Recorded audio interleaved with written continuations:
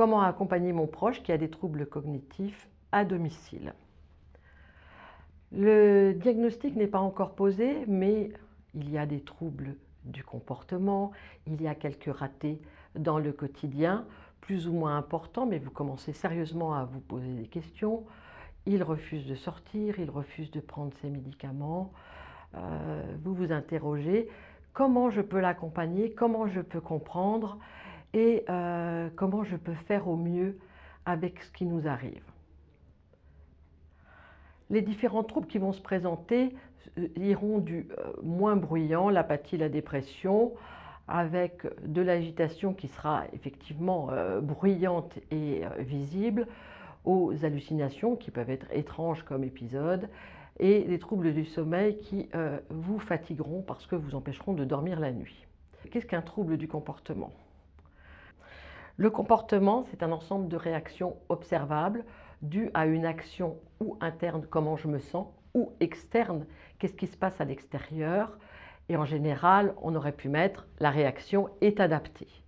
Mais dans les troubles du comportement, on va avoir une réaction totalement inadaptée avec de l'agressivité, de l'apathie, à des réactions de l'alimentation, du sommeil, des conduites sphinctériennes, voire parfois sexuelles, avec bien sûr une interférence des troubles psychiatriques antérieurs et de la mémoire, puisque la personne aura du mal à se souvenir de ce qui s'est passé avant ou de ce qui se passait autrefois dans telle circonstance.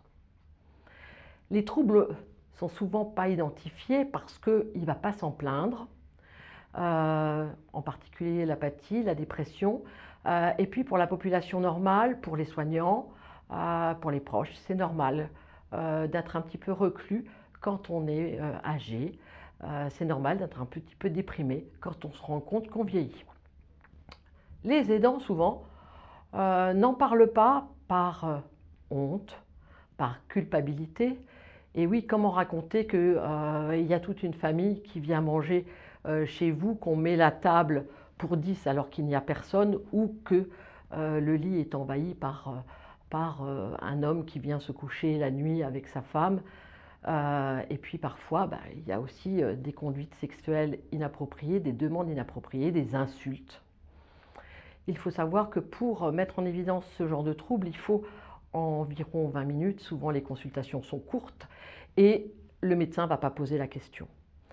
Les soignants et les intervenants retrouvent le reste de la population en banalisant le vieillissement. Et puis souvent, les problèmes de troubles de la mémoire, même si ça concerne un quart de la population de plus de 80 ans, n'est pas pris en compte et on ne va pas se rendre compte qu'il y a une pathologie en plus qui biaise toute l'organisation de vie.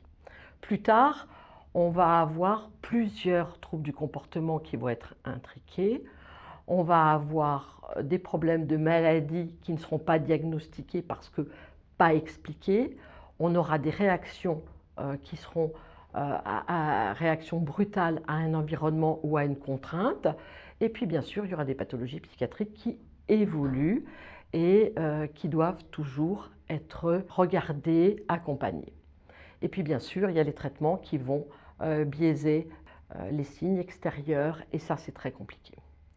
Que faire? En parler à son médecin, avoir le courage d'aller voir son médecin pour raconter son quotidien, pour raconter les difficultés, et lui va faire un examen clinique complet de la personne âgée pour détecter tous les signes d'infection, de fécalome, ça c'est quelque chose de très important, de déshydratation, fécalome vont ensemble, donc ce sera très important de leur proposer de boire plus, de regarder bien sûr ces pathologies chroniques qui décompensent, qu'elles soient pathologie type hypertension avec prise de trop de médicaments, pathologie psychiatrique, et bien sûr il faudra toujours veiller à diminuer tout ce qui est désafférentation pour permettre de bien voir, de bien entendre et de bien comprendre ce qu'on est en train de vous dire.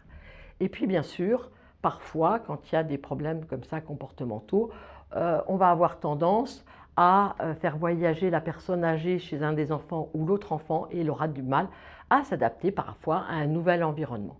Et puis bien sûr, il faudra penser à surdosage des médicaments aux interactions médicamenteuses parce qu'il y a souvent trop de médicaments. Assez rarement, nous retrouvons de la maltraitance, que ce soit du patient ou de l'aidé, mais il faudra quand même être attentif. Et puis, bien sûr, il faudra toujours se prendre le temps, modifier l'environnement avant de mettre en route un traitement médicamenteux. Alors, que faire?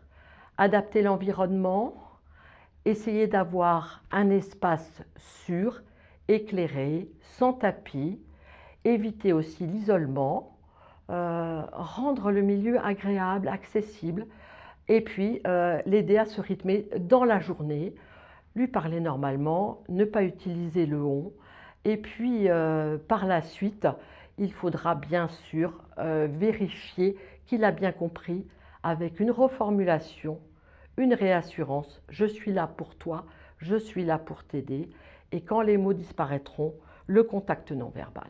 Le diagnostic est posé, ce diagnostic nous permet de commencer à comprendre mieux les choses et il aura besoin d'un suivi très régulier avec un accompagnement adapté, global, médecin, gériatre, psychiatre. On évaluera régulièrement la situation clinique. Nous, on a des tests très particuliers sur l'autonomie, la marche, la nutrition et on fera très attention tout le temps à l'hydratation, la dépression, donner le bon traitement, l'amélioration de l'audition et de la vision.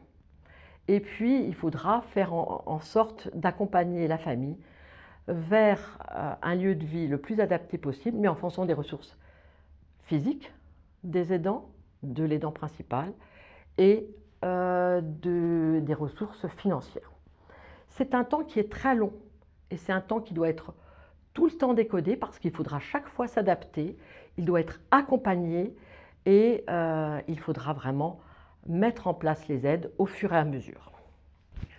Un plan d'aide progressif sera mis en route et c'est quelque chose qu'il faudra piloter.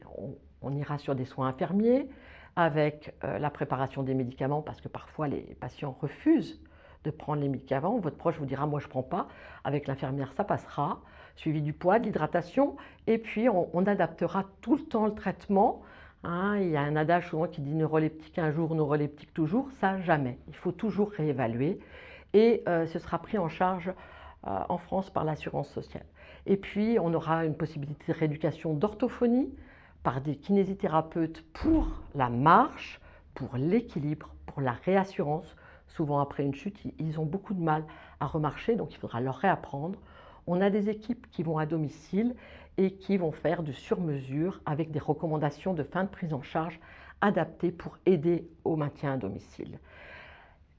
Tous ces soins sont coordonnés et ça c'est très important, il faut se parler, il faut laisser des traces.